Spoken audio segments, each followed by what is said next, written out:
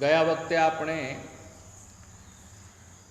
કાવ્ય 2 હિન્દ માતાને સંબોધન જે રાષ્ટ્ર પ્રેમનું કાવ્ય હતું તે જોયું, जिसमें हमने देखा कि कवि कहते हैं कि अरे हिंद देवभूमि, हम सभी आपके संतान हैं, हम सब मिलकर आपको वंदन करते हैं, नमस्कार करते हैं, आप स्वीकार कीजिए हमारे नमस्कार को।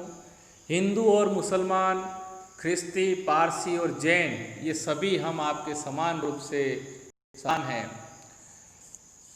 और ये भी कहा था कि हे माता, आप मातृभूमि है, आप माता हो, तो आप हम सभी को अच्छा खान पान की बख्शिश भेंट देती हो, और जो भी सेवा बन पड़ती है वो संतानों की सेवा करती हो। अब आगे देखते हैं, रोगी अने निरोगी, निर्धन अने तवंगर। देखो, एक परिवार में माँ के बच्चे होते हैं, कोई विकलांग भी हो सकता है, रोगी भी हो सकता है, निरोगी भी हो सकता है, स्वस्थ बलवान भी हो सकता है।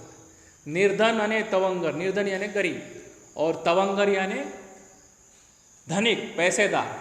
तो कहते हैं कि हे भारत माता, आपके जो बच्चे हैं वो रोगी हैं या निरोगी भी हैं, निर्धन है तो तवंगर भी है यानी कि पैसेदार भी है, ज्ञानी है तो निरक्षर भी है। इस देश में बड़े विद्वान लोग भी हुए हैं और अनपढ़ भी हैं।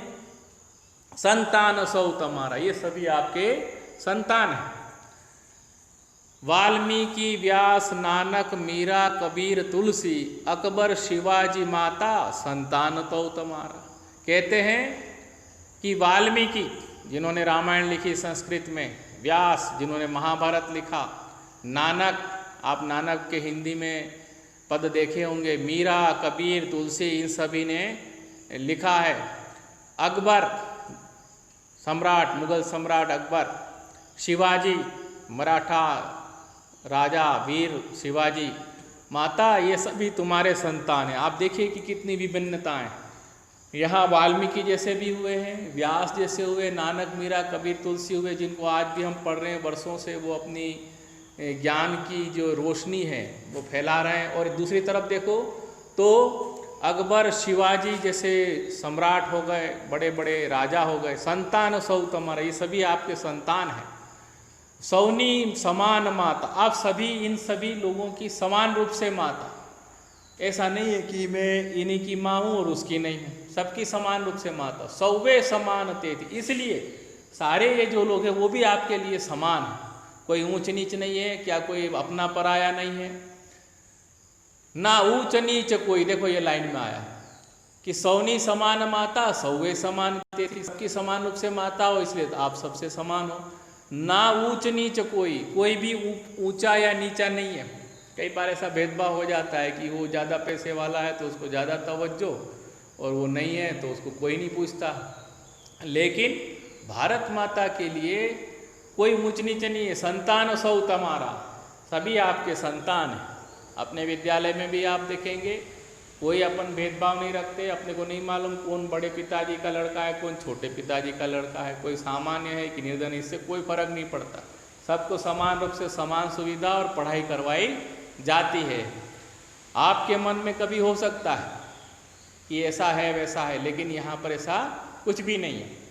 चाहो बधा परस्पर, साहो बधा परस्पर, चाहो बधा परस्पर। इसलिए हम सभी को एक दूसरे को चाह के रहना चाहिए, प्रेम से रहना चाहिए। चाहो यानी प्रेम, सबको एक साथ प्रेम से रहना चाहिए। साहो बधा परस्पर, साहो यानी एक दूसरे की मदद करो, साहो यानी सहायता, साहो यानी सहायता करना, मदद करना।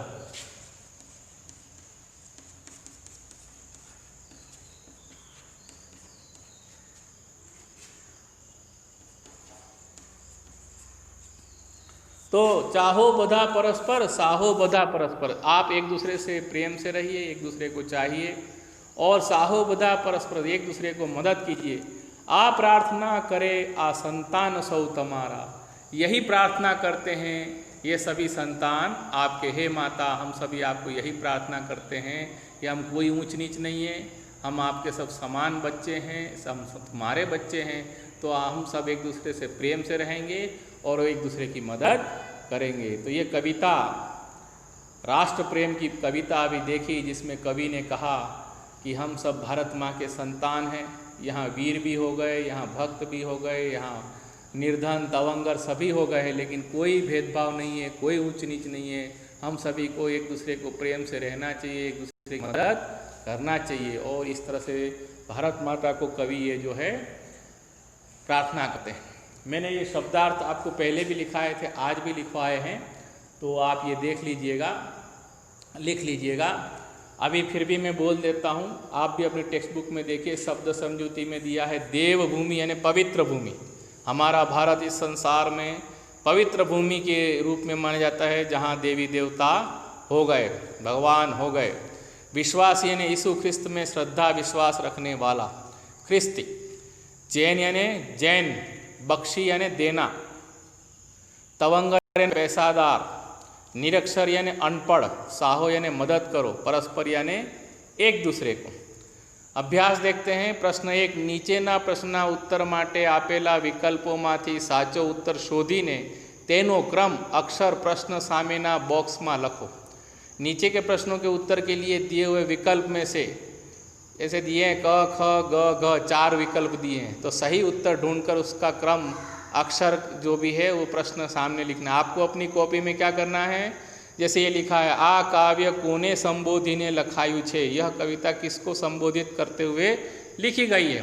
तो क्या धरती माता ने, हिंद माता ने, हिंद ने या सौ संतानों, तो उसमें आएगा ग हिंद माता ने। लेकिन कोई किताब में नहीं लिखेगा, आपको अपनी कॉपी में लिखना है, ग करके पूरा उत्तर लिखना है हिंद माता ने। ठीक है।